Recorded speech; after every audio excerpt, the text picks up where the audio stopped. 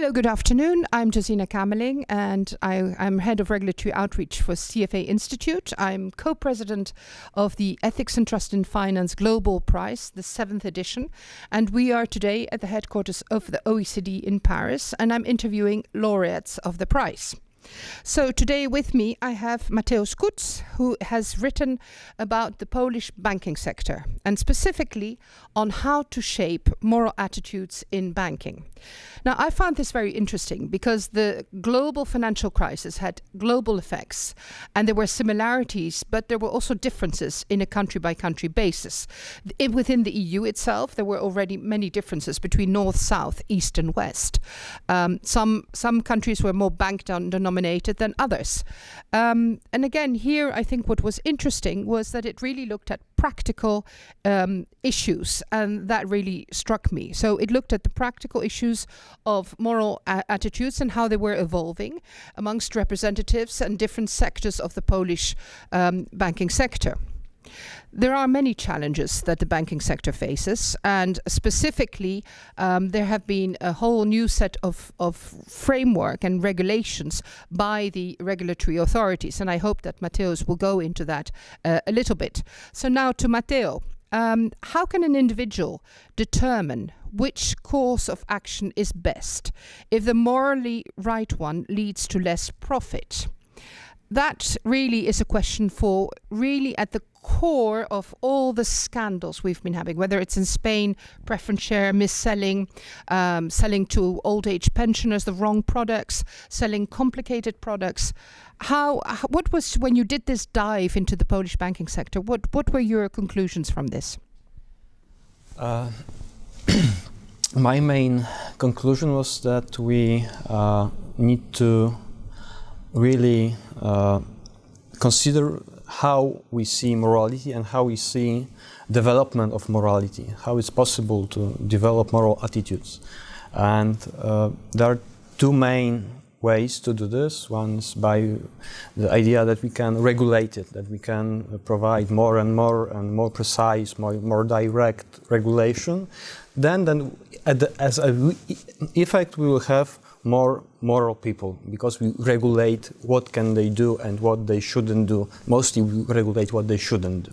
But the problem with this, one of the main problems with this approach, that's mostly we do it afterwards. Something happens bad and then we regulate it, but that's not the way to prevent the problems. As we know, when you have children, if you punish them afterwards, it doesn't have any effect whatsoever. Exactly. So that's one of the problems. The second idea is to do it by incentives, different kind of incentives. It also works with children, but also, as we can see often with children, the incentives often take control of the actions. They are the main motivation to develop some kind of attitude, some kind of approach to dilemmas, because they're incentivized. So the incentive is the main motive, not the right doing, the doing what should be done. I don't do what I should. I do what is what I will get rewarded for.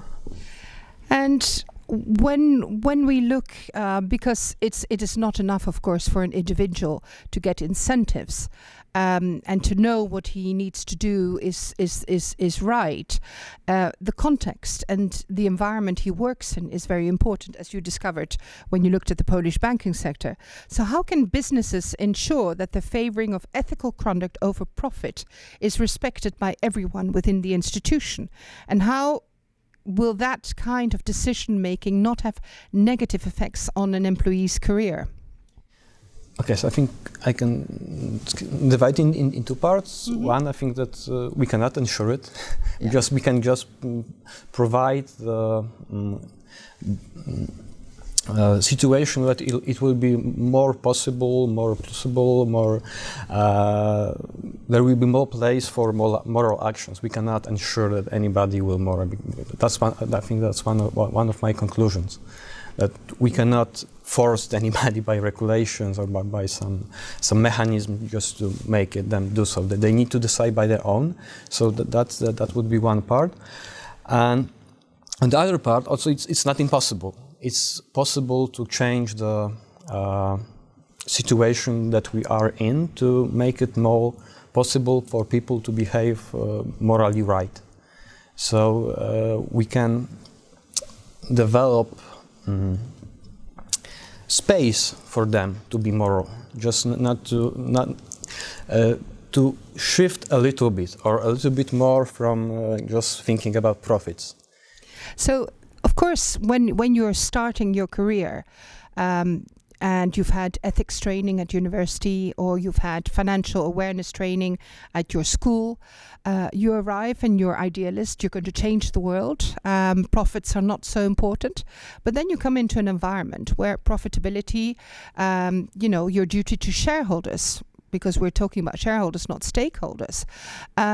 So how can senior management, what is their responsibility? At Wells Fargo, they encouraged cross-selling to great detriment.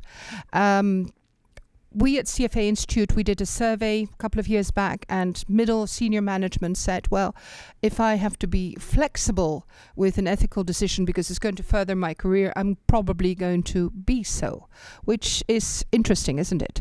So how can we get over that? We can.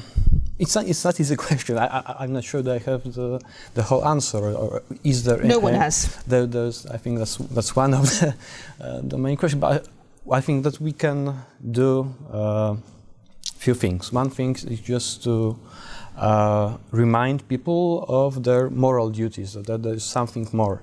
Then there is always. That's the thing that they always choose. That's something they need to decide and need to be aware of that there's the decision they have to make. And it's not just, it's not automatic that when I'm in the finance sector and when I'm a manager, I need to go for the profits, whatever it takes. There's always a place for decision. And I think one of the most important things we need to do is to just build this awareness of the decision we make. And there's always a moral aspect in it. And it's easy just to follow the rules or follow what others do and so on, but so that's the one thing. And the other thing, I think there is a lot to do in schooling or teaching economics and people involved in finance, because we have two problems there. One is that we have negative selection for economic studies, as for example, Etzioni writes, there are people with certain kind of mindset go to study economics because they have some vision how it works, and that they will follow this, and then there are even more follow this kind of mindset. And later on, I think we can work on changing how finance companies work, because there are also problems there. For example, there's this snakes in suits, that's her work, and we have some that we develop kind of institutions that encourage people with some kind of psychopathic traits, that they just don't care, they don't develop their own empathy. So I think that's the thing we should do. So in this very same research we did a couple of years, we did that with the Economist Intelligence Unit, and we surveyed people working in finance in Europe, not CFA professionals, but there what was interesting was there's a sense of we needed to make people more aware that it's not enough to have an ethics code. Your senior management needs to give an example. And I think what some regulators in Europe are doing, where they're creating a living CV, which means that what you've done bad follows you. And I think that is a start. I don't know who it was, Shakespeare saying, the evil you do lives after you. It should. So the good also should, but the evil also. But thank you very much for these good words on the Polish banking sector. And I look forward to rereading again your essay. Thank you.